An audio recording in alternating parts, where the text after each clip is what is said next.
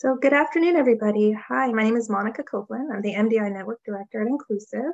I want to welcome you to today's webinar, which is on the What Matters Now report, which was produced by CUNA Mutual Group. We're so excited to have them here to share their findings from this study that took place this year. So again, it's brand new findings, fresh report. And we want to just sort of kick things off to let you know a few logistical things. The webinar is being recorded, and will be shared. The slides will be shared after the event. You have been muted so that we can ensure sound quality, but you're always welcome to type in the chat or ask any questions in the Q&A. We're going to try to leave some time at the end for your questions. And I will just start by saying we have three guests today who will be speaking from CUNA Mutual Group. The first person is Opal Tomaszewska. She's the Director of Multicultural Business Strategy. And we also have Edgar Hernandez, he's a Senior Manager, and then Marcela Castillo, a Research Specialist. Welcome to you all. Thank you for coming. We're so excited to hear more about your research. So I'll turn it over to you, Opal. Awesome. Thank you so much, Monica, and thank you for having us.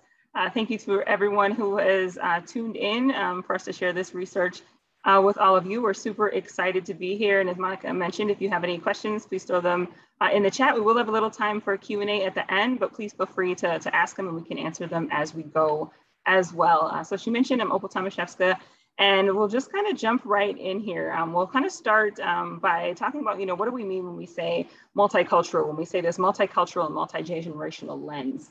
So what you're looking at here is what we call our dodecahedron, and a 12-sided figure.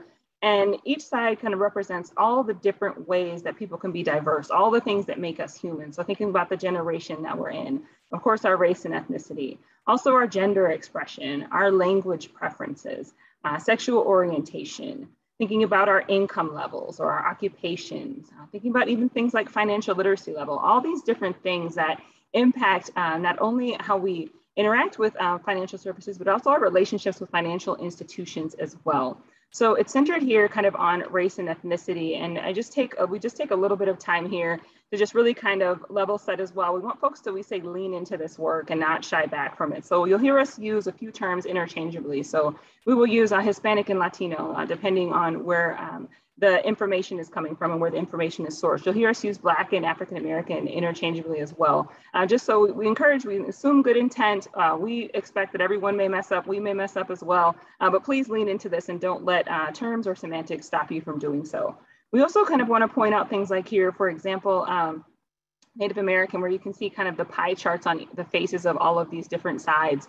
And they are actually representative of the population in those percentage splits. You'll see something like Native American here, and you may think, well, that's only 1.3%, but do know that that's over 4 million people. And also know that that population is growing. In fact, every population of color is growing within this country and will continue to do so. So we just kind of level set there so folks can know that and kind of think of what we're thinking about when we're saying kind of this multicultural and race and ethnicity. Also like to point out that Hispanic is an ethnicity, not a race. So that is included here as well. So you'll hear us say race and ethnicity as well. Someone can be Hispanic and white, Hispanic and Black, Hispanic and Asian, Hispanic and Native American, and so on. So really understanding that piece of it as well.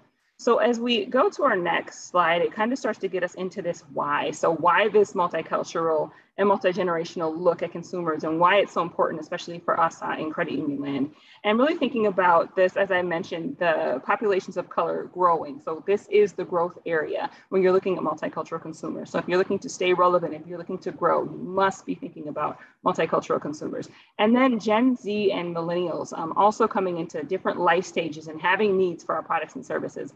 Many of us tend to hold these old assumptions or stereotypes that Gen Z and even millennial folks are too young or not at a life stage yet where they're going to be thinking about financial products and services. And that could not be further from the truth. Folks in Gen Z are our coworkers. They're in the workforce. They're leading households. They are contributing to households financially. They are parents. They are absolutely at a life stage, and we'll continue to share some of this information where they're thinking about and owning financial products and services. So that generation should not be discounted today, and then has to be the focus for the future going forward as well. So on the next slide, we just want to give you just a little bit of history on the What Matters Now. So kind of what matters now in review. This research study that we're doing in 2022 is actually our 5th one. We started in 2015 where we took insights from middle income. Then in 2016, we took a look at millennials as they were becoming parents and hitting that life stage. And then we looked at, wanted to see the difference between members and non-members in 2017. And then that really led us to seeing that both that millennial group as well as non-members were more racially and ethnically diverse. So that took us to 2018, where we really got insights from multicultural consumers and did a large study like this to really find those insights. And that's something that has been continuing to be asked for. Even this summer, we still had credit unions reaching into us because no one had really done such an extensive look at multicultural consumers in this way, with credit unions in mind, really asking the questions that we ask, which is, of course, thinking about ownership and propensity to have things in the future, but also really getting a look at hopes and dreams and worries and all of those things that influence how we make financial decisions and how we really meet the needs of our growing consumers as well. So one last slide kind of to set us up with the why before we get into sharing some of these insights is just the methodology behind it. We really want everyone to know how big this study is. It is representative of the total market. We had 9,610 participants within the qualitative portion of our study. We offered this for folks to take survey both in English and Spanish. That's something we were able to do in our last survey as well, and wanted to be able to continue to do that to be more inclusive and also be able to just obtain some of those things that are lost when you're not able to have someone be able to reply in Spanish and be able to do things in their preferred language and be able to pick up on some of those emotional pieces and some of those nuances. And then also make sure we can include a whole group of people that if we only offered it in English, we would not get. And then we wanted to also have that be in conjunction with a qualitative study. So really get to the why behind some of the what that we found in our quantitative study. So that was an in-depth look with a smaller group of multicultural consumers. And we think about hours of video and then letting us know, what financial services mean, what their journey is looking like. We also had the privilege of it being this time span to understand some of the pandemic impact on folks financially and how that has shaped some of the attitudes, values, and dreams and habits and what people are really thinking about. And I will add just on here too that when we kind of revamped this study and wanted to make it better, we were able to include a few groups that we didn't have before. So it was extremely important to us to be able to include the Native American, Alaska Native, and Indigenous voice within this. So you'll see we've got over 1,000 of those voices included in our survey. You also see the multiracial group included. If you've seen anything from the census, you know that group of people who identify as 2 or more races is growing and is continuing to grow. So we want to be able to include that group. And then generationally, we wanted to include Gen Z for many reasons that you'll continue to see and us be able to share that. And these are also places that no one else was really having information on these folks. So when we get questions from credit unions and even questions we had ourselves, we didn't have that information on these groups. So just kind of a glimpse into our thought process and our why behind some of this research. And I'll pass the mic over to Stella now so she can take us into some of the findings. Thank you, Opal. So yeah, we'll dive into some of these findings now, really grounding ourselves at this very first start with some of the commonalities before we kind of go through a little bit more of the differences. So one key insight that we actually captured here is that 60% of people want their children to achieve more financially than them. This is a universal desire and goal, and it rises even higher for Native American, Hispanic, and Black consumers. And this is really going to really make us think more about what are the products and services that we can help achieve this dream, and what are things that are getting in the way. We're going to be looking at this focus on children, wealth building, wealth transfer, generational wealth as well, but also that emotional connection to family and that want for that connection for their children. Moving forward, we'll dive into a small piece on Native Americans here. And this is actually I'd say one of my favorite pieces of data that we found. So having the Native American and Indigenous representation was really important for us. One of the main ways that the Indigenous communities kind of get discriminated against is because of really being not represented, especially in these big groups of data. They feel invisible and are often missing in those big pieces of data. So now that we have this incorporated, the Native American consumer into our data, sorry about that. We're able to really dig deeper and see a lot of these differences that we weren't able to see before, because prior to data sets like this, where we have Native American and multiracial split out, they used to be together in an other category. But because of that, we wouldn't be able to see stats like this one, where we see that 21% of Native American and Native Alaskan Indigenous population consider credit unions to be their primary financial institution. And that's huge. This is something that's happening and we really need to pay attention to and figure out a way to move forward in this space. I also want to call out OWESTA, which is one of the longest standing Native CDFI intermediaries, which is directly helping Native people to ensure sustainable economic, spiritual, and cultural well-being of their communities. I think it's important that as we enter this space one of the first times, we acknowledge some of the organizations that have been created by the community. I know OWESTA has been created 21 years ago and is still committed to creating a positive impact for the Native community. Another piece on the Native population is really being able to see here the growth that's been happening. So just understanding that here, this is on the left-hand side, you're going to see 27.1% growth between 2010 and 2020. Those are people who solely identify as American Indian and Alaskan Native. On the right-hand side, you're going to see that 160% growth. That is people who identify as Native American, American Indian, Indigenous, as well as something else. So they're in combination with one or more races. And that population, you see that growth of 160%. So really just understanding a lot of different factors that play into this as well. So with the new census information, it's also about people who feel comfortable identifying themselves as Native American Alaskan. It's the real increase of Native American, Alaskan, Indigenous population through birth rates and things like that. But it's also just the census doing a better job of reaching these communities than they have before. So we pulled these numbers from the Native Indian Council on Aging, which is a nonprofit organization that was founded in 1976.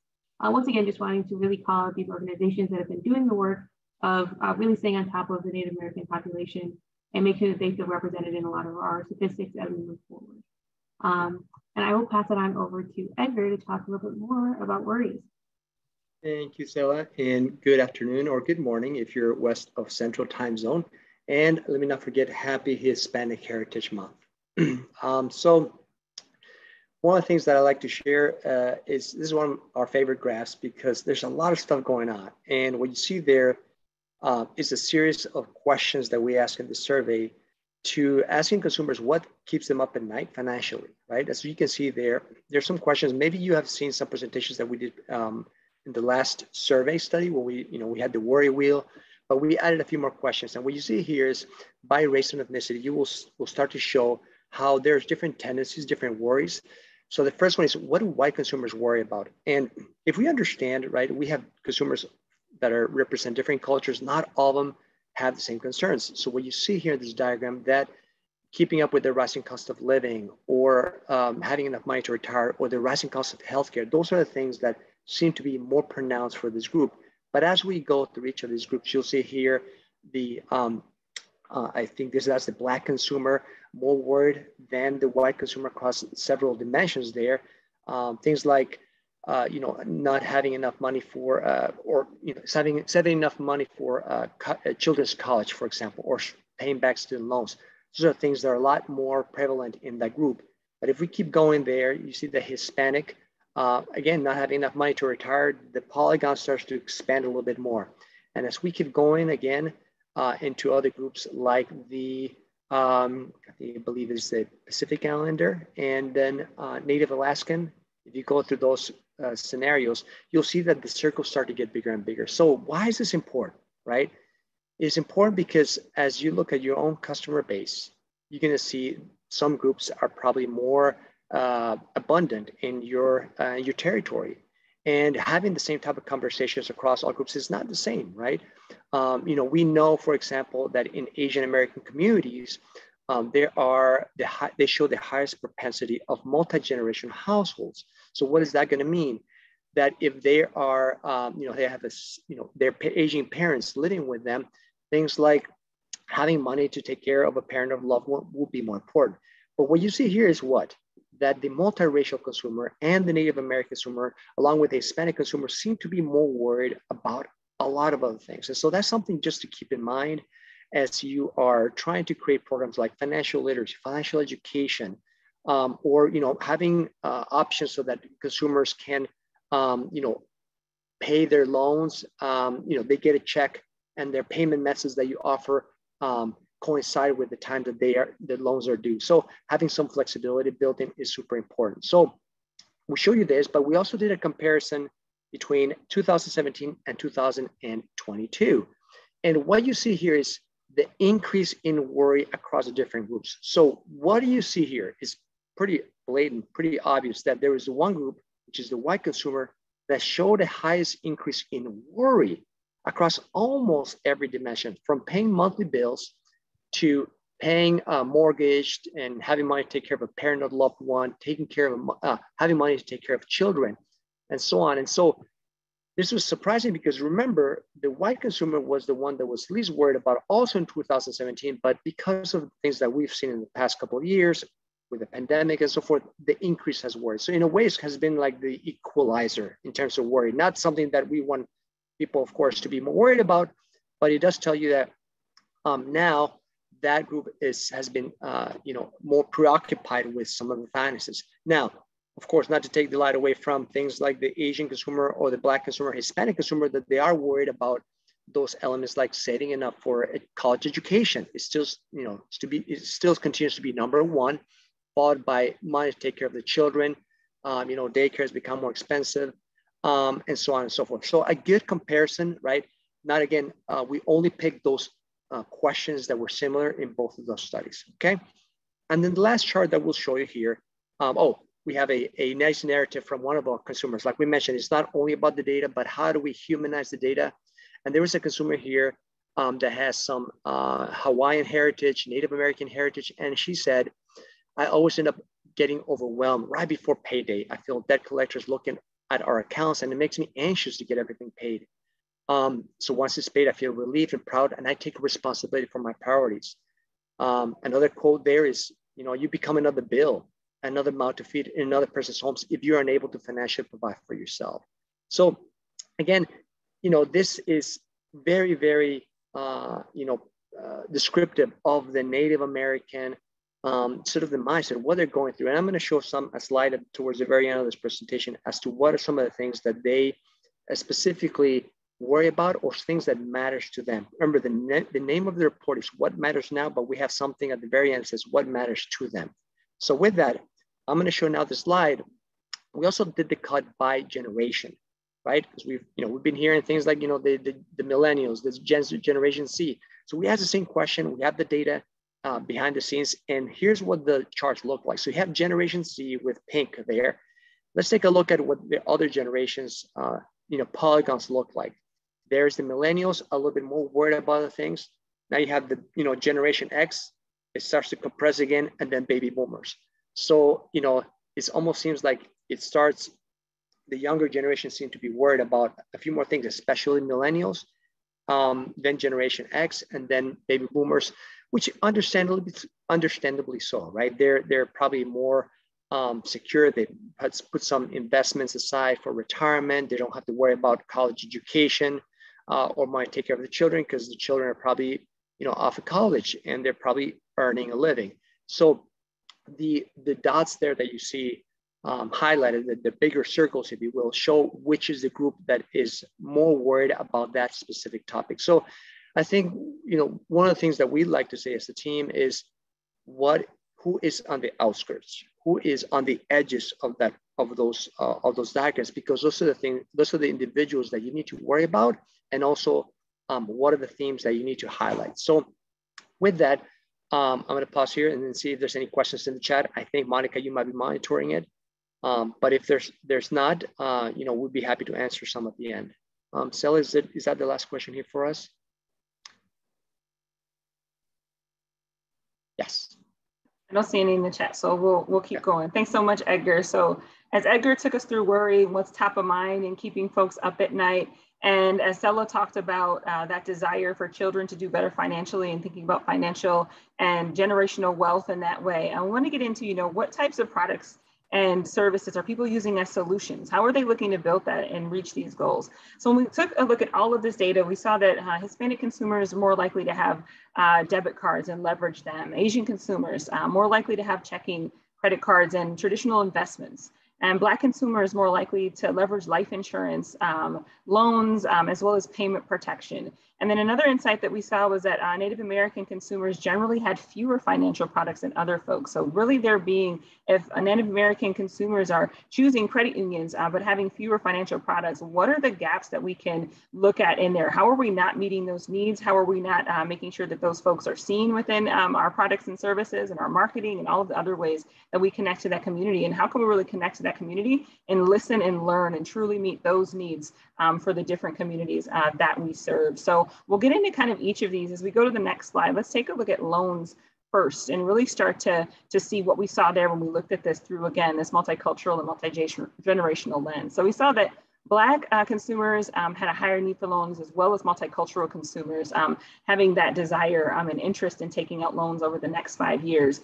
And this slide that we're looking at here has a lot of numbers. So don't expect folks to take a look and kind of ingest all of this. As Monica mentioned, the link for the full report is in the chat, so you can spend some more time with it. But what I encourage folks to do when we share this slide is to really just look at the patterns. So we've highlighted everything in yellow that is going to be higher than compared to white consumers for different consumers who's got kind of the highest propensity. So if we look at the Black consumers here, they're all lit up in yellow when it comes to this interest in taking out loans over the next 5 years. Multiracial consumers not far behind that. And then Hispanic and Latino consumers also not far behind, with having kind of these higher rates and interest in wanting lending over 5 years when we do compare that to white consumers and other consumers. And then when we look at that generationally, that's even more pronounced, looking at Gen Z and millennial consumers who've got their entire row kind of lit up. And this is everything from new and used auto loans all the way through home equity lines of credit into short-term loans and including small business loans. And we'll get into that in a little bit later as well.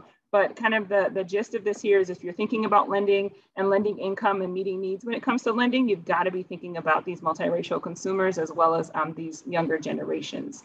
When we go a little bit further and kind of pull out just some of these stats for you, we also, again, always want to get a little bit deeper than just that first stat on who owns what or who's looking to get what in the next 5 years. We also want to get to those values and those feelings behind that. So when we asked whether or not people felt that getting a loan makes me feel idealistic about being able to help others, you can see that rise to the top for multiracial consumers as well as for Black consumers.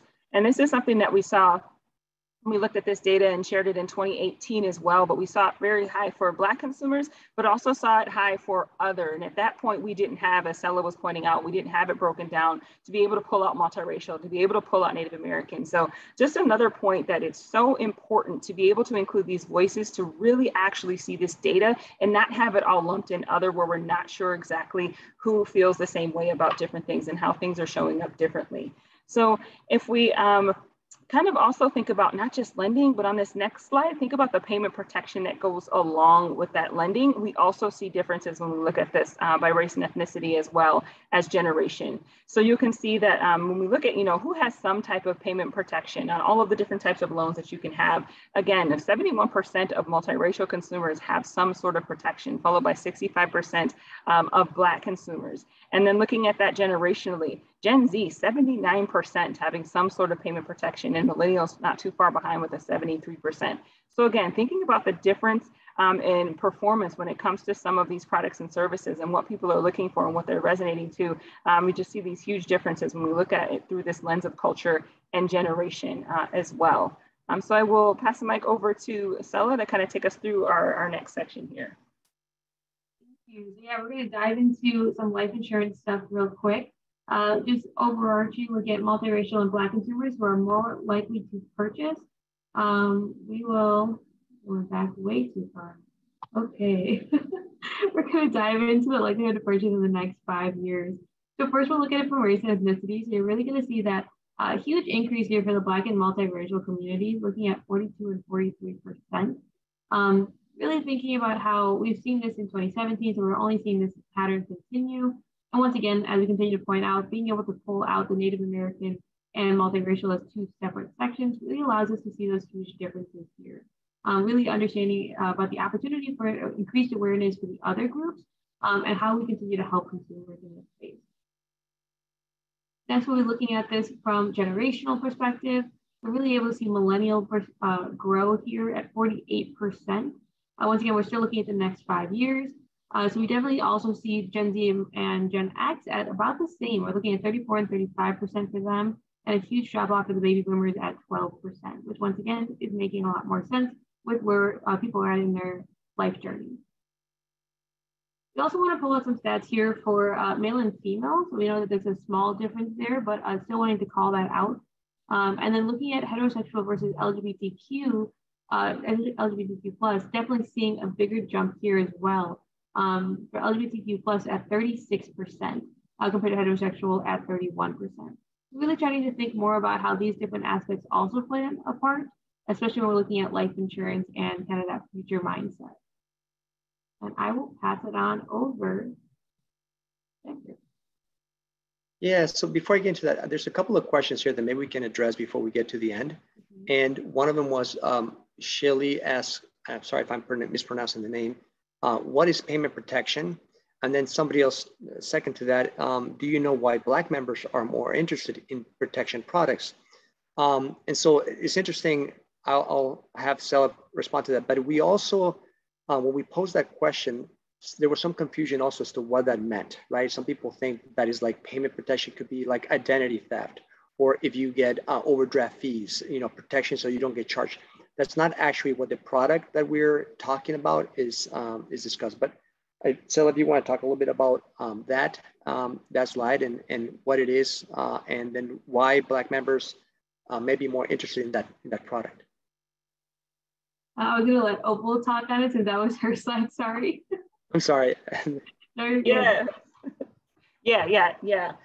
So I love that Edgar shared that insight, and that's one of the reasons that we do the qualitative with the quantitative, right? So our qualitative folks really let us know, as Edgar said, that payment protection, those two words, payment and protection being paired together, one of the greatest insights was that people don't know what that is. So we've got to explain that and really be clear and hone in on that. What we're talking about with this product is actually when you take out a loan, taking an additional kind of insurance on that, on your loan payment. So if you lose a job or for some reason your income changes, that you're able to have protection and those payments will get paid through that insurance policy. Which kind of leads us to, I would say, we don't have an exact solution or solve, but our hypothesis around why Black members are more likely to choose payment protection is because insurance as a whole is very well understood by that population and very well valued by that population. So when we look at life insurance, as we've shared and as Sela shared, we see that Black members are more likely to get that. So life insurance within the Black community is often something that's talked about. It's often something that's valued and it's passed down. It's kind of tradition. When we ask and talk to participants, it's mainly that my mother had it and always had it. We were always taught to get it. So once we could get it, whether it was through work or through some place, we got it and we value it. So really that understanding of that insurance piece is our hypothesis on it. Now we haven't tested that specifically, but we'll continue to look into the data. But that's one of our key reasons that we think it might be higher for Black consumers. Anyone want to add anything onto those questions, those answers? No, I think it was good. Somebody else put in the chat here, how do you determine if they chose payment protection or are sold more aggressively? So, it is a good question. We didn't ask how did it happen. It's like, do you have it? Do you own it? It was just a yes, no type of a question, right? And so we would have to then do a little bit more digging and have, like we talked about, more conversations. Most of the time, they don't know what it is. Those that do, and we did look at it in the qualitative survey. Some people say, yes, I know what this is exactly, but that was more the minority. So actually, as an industry, we actually do have to do a better job of explaining the benefits, because what happens, we end up getting caught in our own lingo, in our own vernacular, that is not very consumer friendly. So that's a big takeaway as well. So with that, I think we can move on. So investments a little bit here.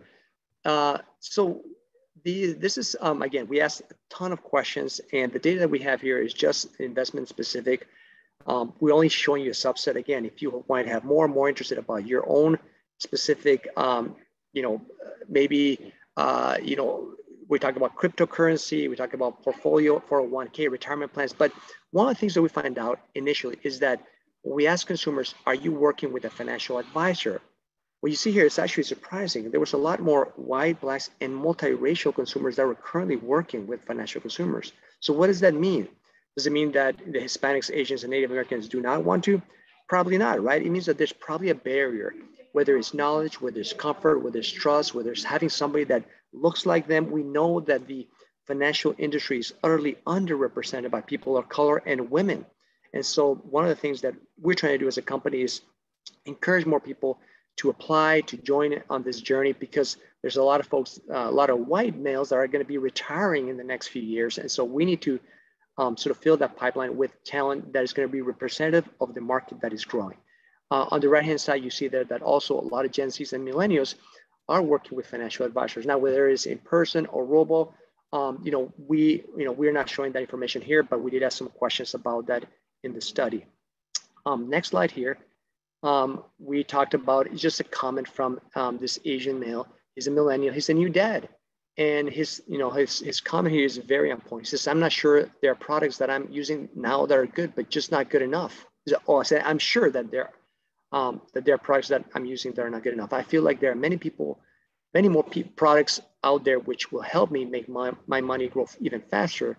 Like, for example, I have VT6 index fund. Even though I am in control, I distribute the money into each fund. I would like a financial advisor that would help me do a better job." So again, some of these folks are very savvy. They know where to go.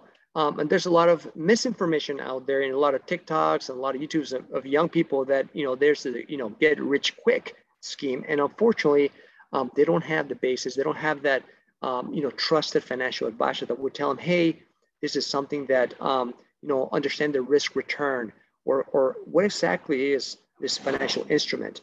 And so that's part of our job, is to be able to also explain to our consumers what they're getting into. So I think this is the next slide, please. Talking about cryptocurrency. So I'll give you a little example just from a personal story. So I was flying back from a conference last week, and I love to talk with the people that are, Uber drivers. Like, hey, and in this case, it was a Jamaican man. And he said, tell me a little bit about the culture. And he said, one of the things that we have in our culture is that, is like we want to get wealthy. There's this ambitious aspect to them. They want to get rich quick. And so he came to this country with his family. And guess what? He started telling me about his involvement with crypto. It's like cryptocurrency, you can make a lot of money that way. And so he started to, be very passionate about the narrative. And so I would consider, if I were to peg him here, he was probably a multiracial or Black, African-American from the Caribbean, more of a millennial, and he was a male. So he fits perfectly in this chart, right? It's like, if I could have recorded him, I would have brought this video and shared it with you all. But he was just giving me a little lesson as to what crypto is. And like, Edgar, like Web3 and a wallet and all this stuff. And I said, listen, to me, like, I'm not as informed as I'd like to be. And I personally like to invest in real estate. So that was kind of like, we had a nice chat. But anyway, this study, again, like I mentioned, we have a lot more slices and dices of the data. And, we encourage you to take a look at it. But on the top right corner, again, we also have the percentage of people by also their heterosexual, LGBTQ, a little bit more than the rest of the population. So just some things to keep in mind. Any questions on this? Check the chat over here before we move on.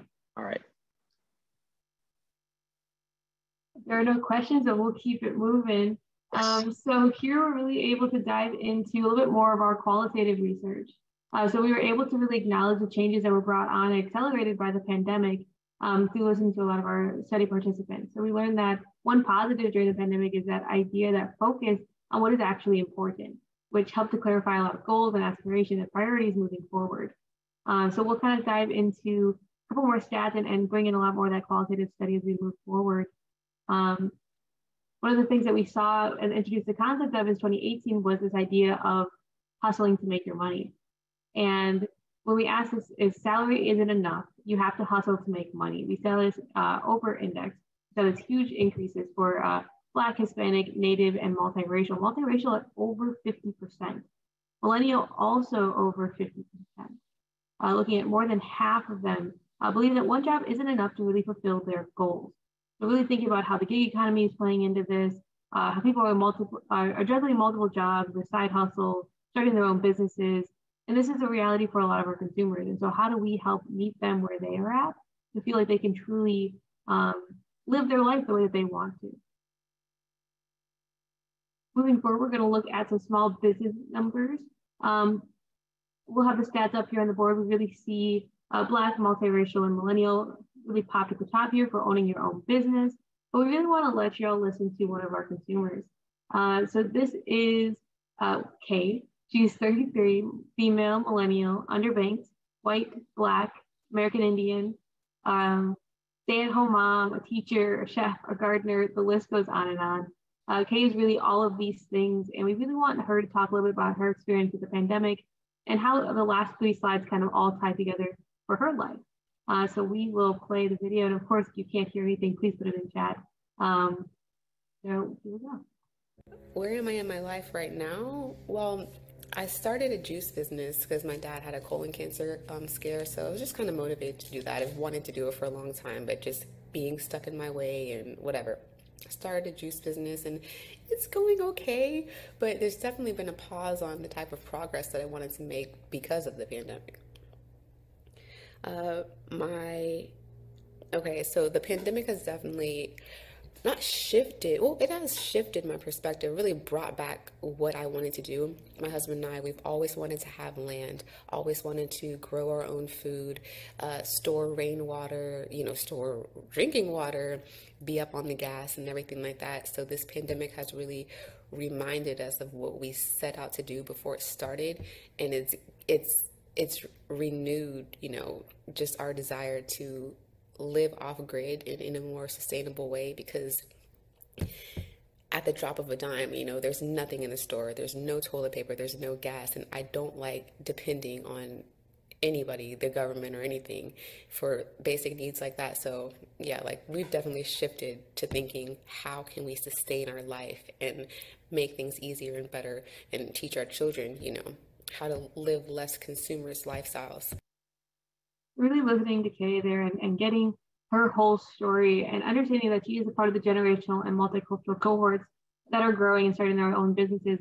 She's in her garage, she's making this work, she's living, trying to teach her children kind of how to show up in this world that can change so quickly, and really just being able to see all these different life stages happen in such a short amount of time, and really being able to see how that impacts not only her and her family, but also the way that she's interacting with a lot of financial brands. So next we'll move on, and I will let Opal take it home. Awesome. Thanks so much, Stella. Thank you for sharing, Kay, with all of you.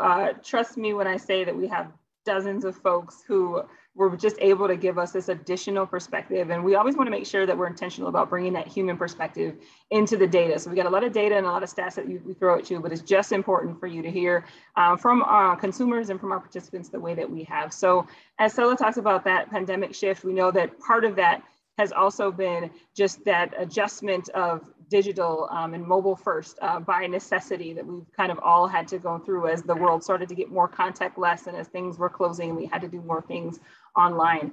So we see that multicultural and younger consumers are opting for these mobile first options. And you'll see that at 36% for Native American consumers, and you'll see that at 34% for Hispanic and Latino consumers, 31% for multiracial. And then that's also really high for the millennial and the Gen X. Now, this is one piece that surprised me a bit. I would say that my first inkling would have been when you said mobile first, my bias would have been to say it's going to be millennial and Gen Z. That's what I would have said right away, but we're actually seeing that within Gen X. So I say that so we're thinking about these mobile first options, we're not limiting ourselves on who's actually using those things. So we do see these in different generations, but do not leave out Gen X when it comes to this as well.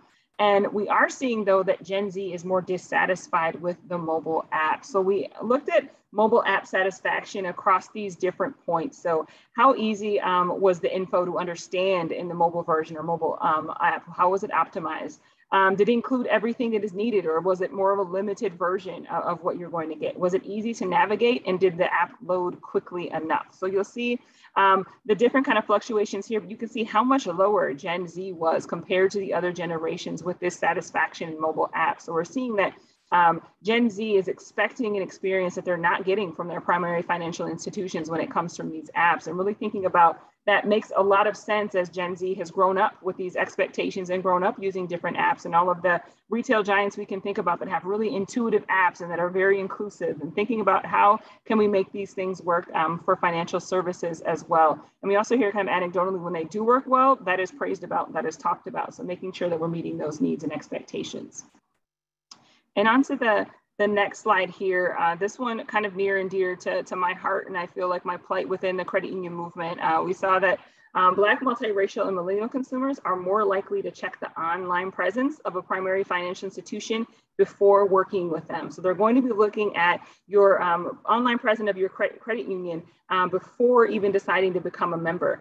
And I want to point out here that that's not just going to be that mobile experience or that web site, but it's going to be both of those. And it's also going to be the social media presence that your credit union has online, and thinking about not just one platform. You may be really comfortable with one platform. Maybe you're really comfortable with Facebook, but how are you showing up on Twitter and Instagram and LinkedIn and other spaces that consumers may be looking for you and potential members may be looking at you?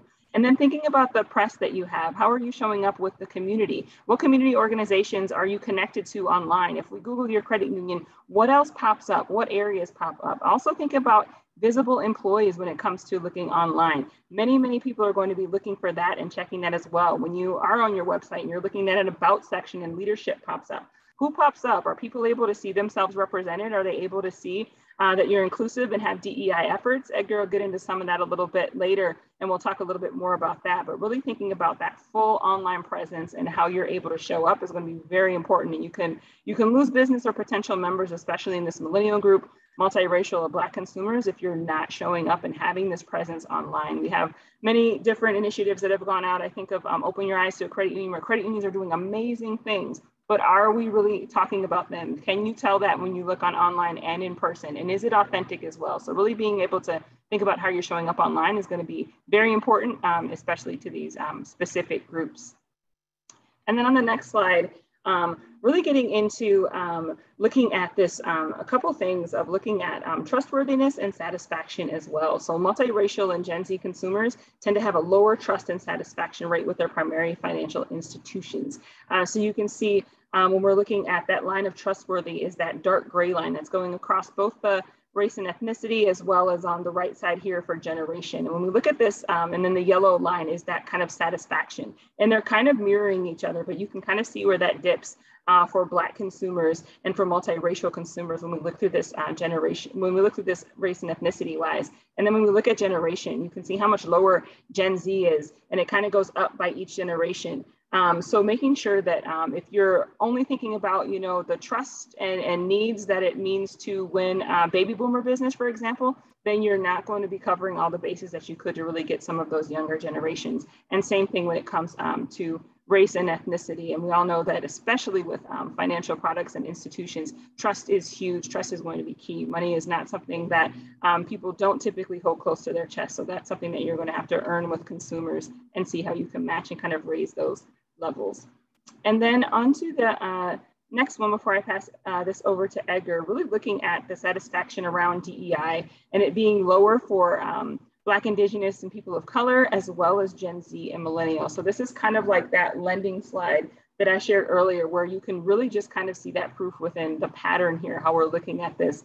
And so we ask people, you know, their satisfaction with primary financial institution, again, kind of looking over these markers on whether or not the financial institution spoke their preferred language or had staff that represented their culture, whether or not they could see themselves in the marketing or if they have products and services that were relevant to their culture as well. And I'll just kind of point out one of these when we're looking at race and ethnicity. If you look at having staff who represent your culture, 80% of white people said that they did see staff that represented their culture, but only 58% of Asian consumers saw that. So think about that big difference in how people are really paying attention to how they feel welcomed when coming into their primary financial institution. And you can see that as well generationally, that Gen Z and millennials having that lower satisfaction in compared to the older generations when it comes to seeing themselves represented or their culture being relevant and counted. And this was another piece, this of course comes from our quantitative data, but this was another piece we saw, again, kind of validated within the qualitative data where people would say, yeah, I like my financial institution because I do see other members and customers who look like me, and I see staff who looks like me, and therefore I feel welcome. So the DEI efforts of the credit union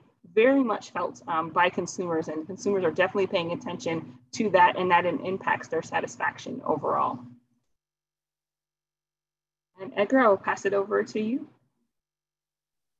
Yep, thank you. Yeah, so from the prior slide, you know, when you I looked at that and I just thought the younger Asian American consumers, and then we've shown maps before in other presentations. We see where are they located. And, if you're a West Coast credit union, likely you're probably going to have more, predominance of the Asian American culture. But one of the things that we've also asked is, the importance of giving back to the community. This is a question that we asked 5 years ago. We asked it again. And here we see Black, Hispanic, and multiracial consumers, having a higher over-indexing in that aspect of it's important that my primary financial institution gives back to the community. And so the question is, what is your organization doing? How are you connected to organizations? Are there any sort of clubs that you're funding? If sports is something that matters, or if it's something that, a food pantry, whatnot. And so just some of the things that you're going to see interwoven in the next slide here in a second. But from the generational perspective, 53 and 47% of those folks are saying that. Anyway, that's okay, Sal, you don't have to go back. So I mentioned at the beginning is what are the causes that matters to, I speak fast, so I know sometimes you're trying to keep up with me. I realize I'm going to slow down. I'm going to slow down now. So since we have time, so what matters to consumers now? We did ask consumers to categorize. We gave them a list of different choices, and what ended up happening was these are the top three across the board: financial well-being, food security or insecurity, and then education. Okay. When we look at this chart by race and ethnicity, you see something very interesting. Depending on the culture that you're focusing on, there can be more over index in that, right? So in this case, Asians and Pacific Islanders, a lot, about 10 percentage points, more pronounced than the other cultures in the financial well-being, right? Not to say that the other people, they don't care about that, but there's something that they're more interested in. Now, I will say that maybe financial well-being could be, sort of overlap with wealth management, because we know as a culture, Asian Americans specifically have more a higher household income than the rest of the population, so there might be some overlap there. But generally speaking, it is the number one concern across the board, as it is for Gen Xers, right? And I love that, when I see that Gen Xers pop up somewhere, I love it because it's just near and dear to my heart. As Opal said in the prior slide, Gen Xers don't get it talked about too much, but we're still here. When it comes to food insecurity, you see here that Native Americans and Native Alaskans and Indigenous, that's the number one priority, again, by almost 10% or more across the board. And again, Gen Xers and Boomers concerned with that. So again, if you think about the programs that you're helping out, are you doing a sort of, are you connecting consumers to getting food pantries in the community? That's just one of the ideas that, we keep in mind. My church here in town in Madison, they're looking to launch a new food pantry, and it's expensive, right? So they're trying to collaborate with other agencies across the city here to be able to launch that. So pretty happy about that. And then third, but not least here, education. We see here that the Hispanic Latino culture over indexes by about 5 to 7 points across the board. Again, not to mention, this is not to say that the other cultures are not interested in that. It's just that if you look at the demographics, and this is where having an understanding as to the number of members per household comes into play, right? When you look at the family sizes and the fertility rates across the board, you got Hispanics being number two. Hawaiian Americans are number one, but it's a smaller group of the population. But when you look at almost 60 million Hispanics in the US, the largest minority group, and the fact that they're having more kids, they're going to be concerned about where the kids are going to go to school. Can they afford college? And of course, that translates to the Gen Zs, the younger generation, being concerned about that. So as you're organizing your community outreach programs, are you introducing some of these concepts, financial well-being, to financial counseling or financial coaching, having seminars on how to buy a home, how to pay off those student loans, for example, for African-American consumers, because that's a big concern. So I'm tying this back to the very beginning, when we're showing about what is worrying them, but also what matters to them. So if you lean on this and you make programs that are very intentional about these three programs, you're gonna have a far greater success than if you focus on other things that probably don't matter as much. Does that make sense? So with that, I think next slide. Here's a factor, just a narrative from this woman who is a new mom. We're gonna call her A. She's a Gen Z millennial. She's Black, Native American, and works for a startup. And her goal includes financial stability and home ownership. I'm just going to pass it off to Stella. I know she's going to talk with a voice that is much more resemblance of her than me. So go ahead, Stella, take it away. This is like Edgar said, she's all these different aspects kind of pulled together to make this amazing person. And we kind of want to tie this back to that why that we talked about at the very beginning, the multicultural, multigenerational lens. And she says it beautifully. She says, I am not just a woman. I'm not just Black. I'm not just one thing. All parts of my life intersect to make me who I am, and all those parts are important to how and why I do things. So really just understanding that when we're looking through this data, when we're talking about how we use this in our day-to-day lives with our credit unions, we need to listen to our members because they know who they are and they know what they're looking for and they know how they have to show up in a lot of these spaces. So as we continue to listen to them and learn from them, we're able to better serve them and help them reach that financial well-being. So lastly, thank you all so much. We are so happy to share this information with you all. The QR code on the screen can allow you to download the report. There's also a link in the chat, and then we are open for Q&A. Thank you so much to all of you, Opal, Edgar, Stella, thank you. We still have a few minutes before 3 o'clock, so if anybody has any questions, you're welcome to type them in the chat or use the Q&A. I did have a quick question based on the Native American slide that you shared up at the front. Do you know what sort of contributed to that spike or increase? Like, was it the did the census question change, or is there just a natural growth? So, yeah, so there's actually a lot of different parts to that. So one of the main things is that the census did change and allow Native American to really kind of like be counted in a very different way. But there's also that aspect of people who feel comfortable identifying as Native Americans and not just one part of their being. So being able to identify with their Native American side as well as other parts of their identity allowed that to grow. There was also an increase in births within the Native American community. So we did see like a real actual increase. But then also the census did a much better job this last year or back in 2020 of actually reaching these communities and making sure that they did have access to being and have trust to filling out the census and being accurately represented. It's a mixture of all those things that we saw this increase, but it's also just important to kind of talk about it in the way that yes, there is a real actual birth and population increase, as well as just the increase of seeing this community for the numbers that are actually there in real time that we haven't been able to do before because of that discrimination we see in a lot of data sets. Thank you. A follow-up question came in through the Q&A. It says, what % of CUNA mutual employees are Native or Indigenous? Is there a dedicated resource group? So those numbers are not actually like shareable. So we, so sorry about that. We do track that. That is information that we look into and do keep. We don't have a very specific ERG for the Native American community, but we do have kind of a grassroots group that allows for intersectional communities. And so if they're not a part of the ERG that feels connected to directly who they are or how they identify, then we do have a group that actually helps to make sure that all parts of their identity can be seen.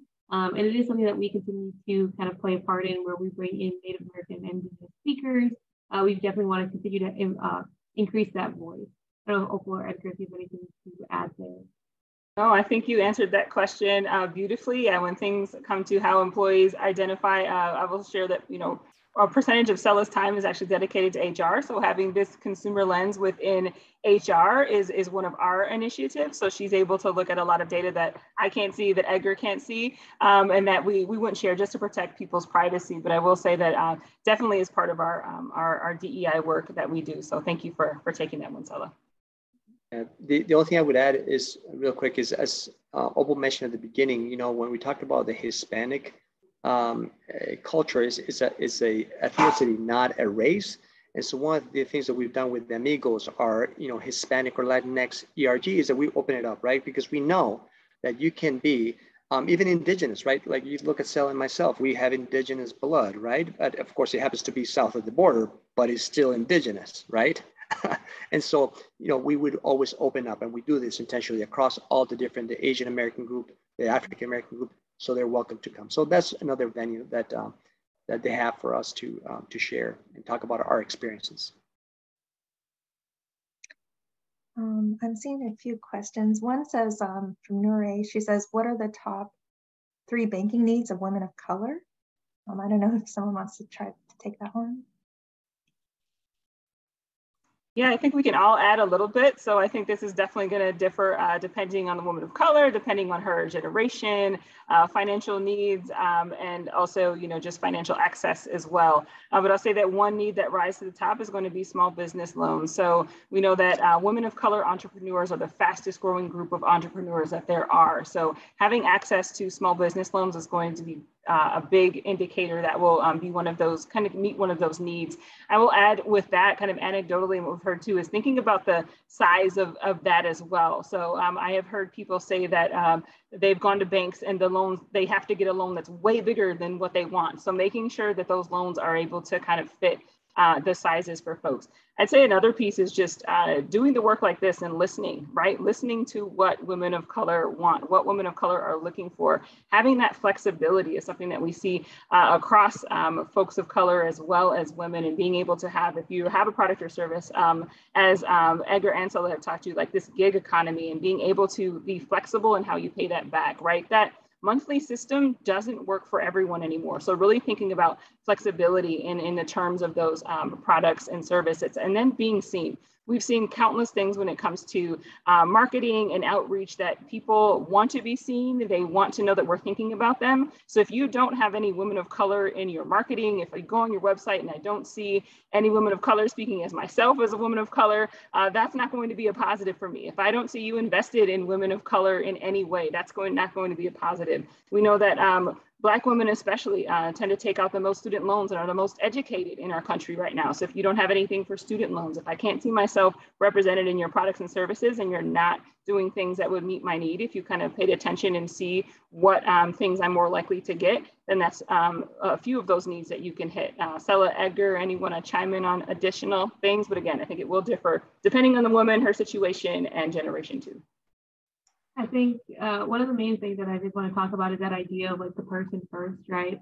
So I'll touch on it a little bit there, but just really understanding that a lot of the time finances in general are stressful, and having that conversation isn't easy. But we know that a lot of women of color are in like head of their household, making those decisions, or working extra hours, or taking care of their kids, all of these different things, and it becomes this really big struggle to also feel trust in a financial institution. And so really being able to be there, build a relationship, and help them feel trust, like they can trust this institution, and help them feel supported is going to be such a huge aspect of this. Yeah, I don't think I can add any more wisdom than the two women of color in the panel. I'll just leave it at that. Perfect answer. We do have one last question. It's a question that came in the Q&A. It says, do you work with credit union DEI directors on nationwide action plans to address observed gaps? So any work on that front? Yeah, so we actually earlier this year launched our DEI services, where we do connect with credit union leaders, and it is absolutely nationwide and open to anyone to really kind of dig into these things. So whether you're talking about looking at the workforce and workplace and belonging and getting connected with your DEI and your staff and your board of directors there, or whether you're looking on a lot of the stuff that we shared today and connecting with different multicultural consumers and groups and populations, we definitely do partner with credit unions to really kind of start to do that work and share the information and go and dig a little deeper than what we can just share in the report today. So absolutely we do. Thank you. Thank you everybody for joining us. We are at the hour, so we are going to end, but please feel free to download the report and follow up with, we're happy to put you in connection with CUNA Mutual Group if you have any follow-up questions or if you want to learn more. But thank you again for your time today and for this really great content. So we look forward to sharing it with our members further in our newsletter and other places. But thank you. Have a great afternoon. Awesome. Thank you. Thanks, Monica.